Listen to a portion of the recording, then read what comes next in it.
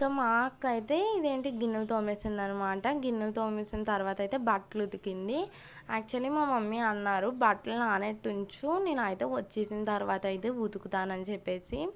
ఇంకా బట్టలు కూడా చాలా తక్కువ ఉన్నాయి. బట్ అయినా సరే మా అక్క అయితే మా మమ్మీకి ఇలా సర్ప్రైజ్ ఇద్దాం, అలా సర్ప్రైజ్ ఇద్దాం అని చెప్పేసి మొత్తం ఏమనుకుందంటే ఫస్ట్ కుకింగ్ చేసి సర్ప్రైజ్ ఇద్దాం అనుకుందాం. మళ్ళీ అన్నది లేదు, ఆల్ వర్క్స్ కంప్లీట్ చేసేసి సర్ప్రైజ్ ఇద్దాం అన్నది.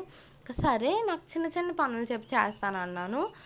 లైక్ ఆలు పీల్ చేయడము, ఇంకానేమో వచ్చేసి కచంబరీ కలపడము, బట్టలు ఆరేయడము, బట్టలకు కంఫర్ట్ పెట్టడము, ఇలాంటివి చిన్న చిన్నవి చెప్పన్నాను. చిన్న చిన్నవి చెప్పింది, మిగతా అన్నీ తనే చేసుకుందనమాట. గిన్నెలు తోమేసిన తర్వాత చెప్పాను కదా వెళ్ళి బట్టలు ఉతికేసింది. అప్పుడు కుకింగ్ స్టార్ట్ చేసింది. ఇంకా బిర్యానీ కూడా వండేసింది అనమాట. బిర్యానీ వండేసిన తర్వాత ఆలు కర్రీ వండింది. ఇలా వర్క్స్ అన్నీ కంప్లీట్ చేసేసి మా మమ్మీకి అయితే సర్ప్రైజ్ ఇచ్చింది. మా మమ్మీ వచ్చిన తర్వాత ఎలా రియాక్షన్ ఇచ్చిందంటే అసలు ఎందుకు చేసావు అని అడిగింది ఫస్ట్ అయితే మా మమ్మీ.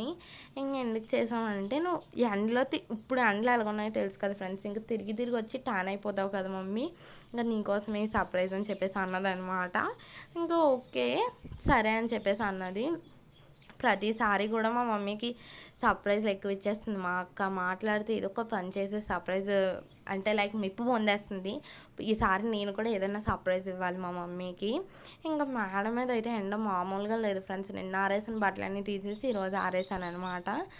ఇదేంటి ఇంకా తర్వాత అయితే కాలుకి చెప్పులు వేసుకోకుండా వచ్చాను. అట్లా ఉంటుంది మన తెలివి. అంతే ఫ్రెండ్స్, ఈ వీడియో కానీ మీ నచ్చితే లైక్, షేర్, సబ్స్క్రైబ్.